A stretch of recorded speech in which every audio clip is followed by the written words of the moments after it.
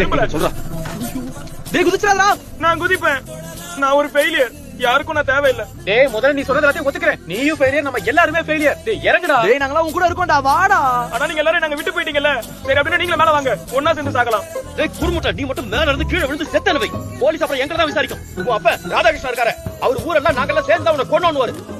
நம்ம எதிர்காலமே நாசமா போயிடும் சொல்லிட்டேன். போட்டும், எல்லாரும் நாசமா போட்டும், யாரும் நிம்மதியா இருக்க வேண்டாம். டேய் நாங்க எல்லாரும் உன் கூட இருக்கோம்டா, கீழே இறங்கி வாடா. முடியாது.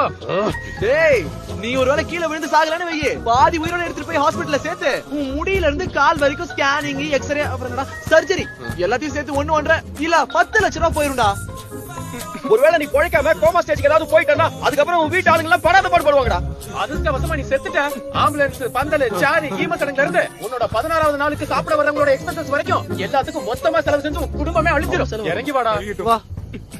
டேய் நீ செத்ததுக்கு அப்புறம் எங்களுக்கு வர டிப்ரெஷனை பத்தி கொஞ்சம் யோசிச்சு பாருடா. அதெல்லாம் தாண்டி வரணும்னா எங்களுக்கு 2-3 வருஷமாவது ஆகும்டா. அதையாவது யோசிச்சு கொஞ்சம் கீழே வாடா மாப்ள. ஒரு 4 வருஷம் ஆச்சுன்னு வச்சுக்கோ, உன் வீட்டாளுங்கல நாங்களும் கூட மறந்துடுவோம். யாருக்கு நஷ்டம்? உனக்கு நஷ்டம். வா வா வா வா.